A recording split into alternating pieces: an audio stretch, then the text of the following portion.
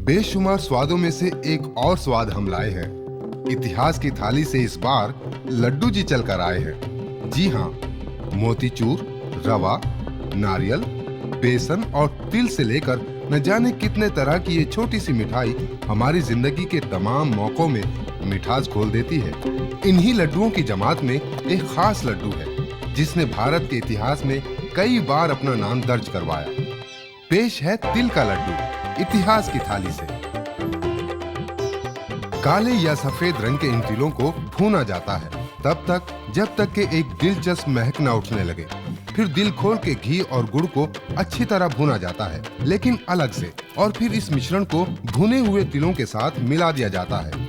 आगे का काम बड़ी सावधानी का है, क्योंकि लड्डुओं को उसी वक्त आकार देना होता है जब ये सारा मिश्रण गर्म होता है। तो ये तो रही बात हुनरमंदों की, जो कि सही समय और सही अनुमान के साथ बेहतरीन लड्डू बनाते आ रहे हैं।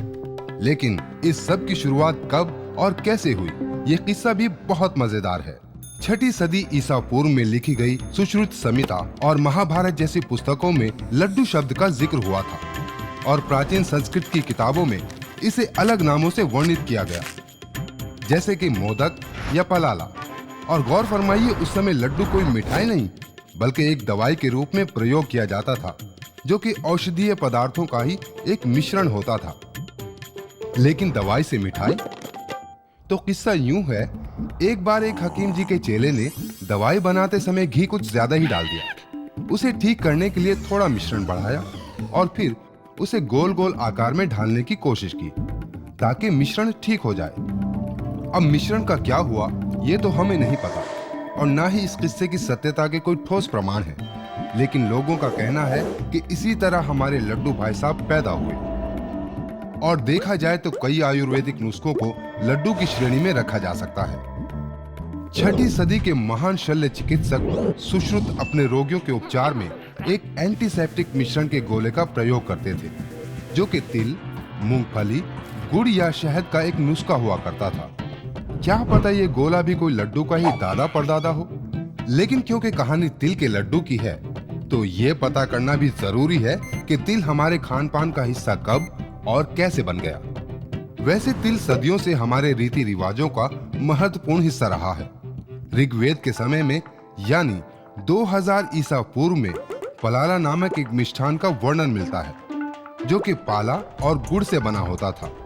गौर करने की बात यह है कि तिलों को उस काल में पाला के नाम से जाना जाता था, तो संभव है कि ये पलाला ही हमारा तिल लड्डू हो।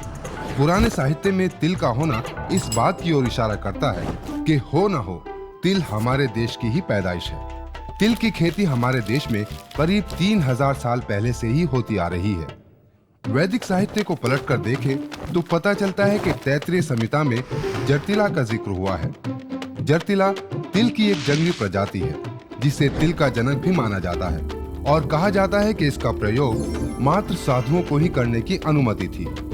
फिर तकरीबन 2000 ईसा पूर्व के दौरान हड़प्पा में जले हुए कुछ मटर और गेहूं के साथ कुछ तिलों के ठेले पाए गए थे। जैसा कि हम जानते हैं, व्यापार के साथ साथ संस्कृति और भाषा का आदान प्रदान भी होता आया है। तो ऐसे ही अरब देशों के साथ व्यापार में दक्षिण भारतीय लोगों ने भी एक नया शब्द सीखा, जुलजुल। खास बात यह है कि जुलजुल शब्द असल में पके हुए तिलों की फलियों की आवाज है। आगे चलकर यही शब्द इंग्लिश और दक्षिण भारतीय साहित्य में भी प्रयोग हुआ, लेकिन तब तक जुलजुल का जिंजली बन चुका था।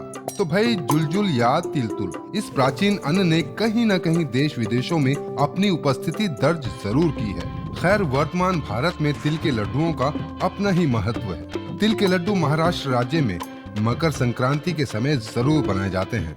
दंत कथाओं के अनुसार संक्रांति नामक देवी इसी दिन धरती पर प्रकट हुई थी, शंकासुर को मारने के लिए, जिसने पूरी धरती पर हलचल मचाई हुई थी।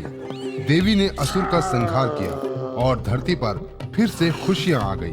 अब जैसा कि हम भारतीयों की आदत है कि साथ मिलकर कुछ न कुछ करने का बहाना ढूंढ ही लेते हैं, तो फिर ये मौका क्यों जाने दे। नई फसल की खुशी और देवी का अवतार। और जैसे कि महाराष्ट्र में तिल लड्डू को बांटते समय कहा जाता है, तिलगुड़ घ्या आणि गोड गोड बोला, यानी कि ये लड्डू खाओ और मीठा मीठा बोलो। तो आप भी तिल लड्डू खाइए और सबसे गोड गोड बोलिए।